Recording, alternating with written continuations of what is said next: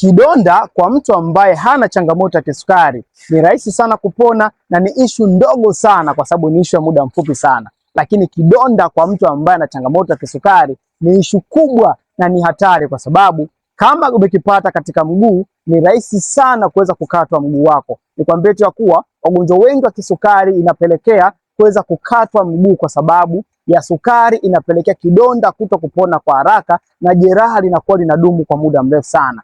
Hii ni dalili mojawapo tu mtu ambaye ana changamoto ya kisukari.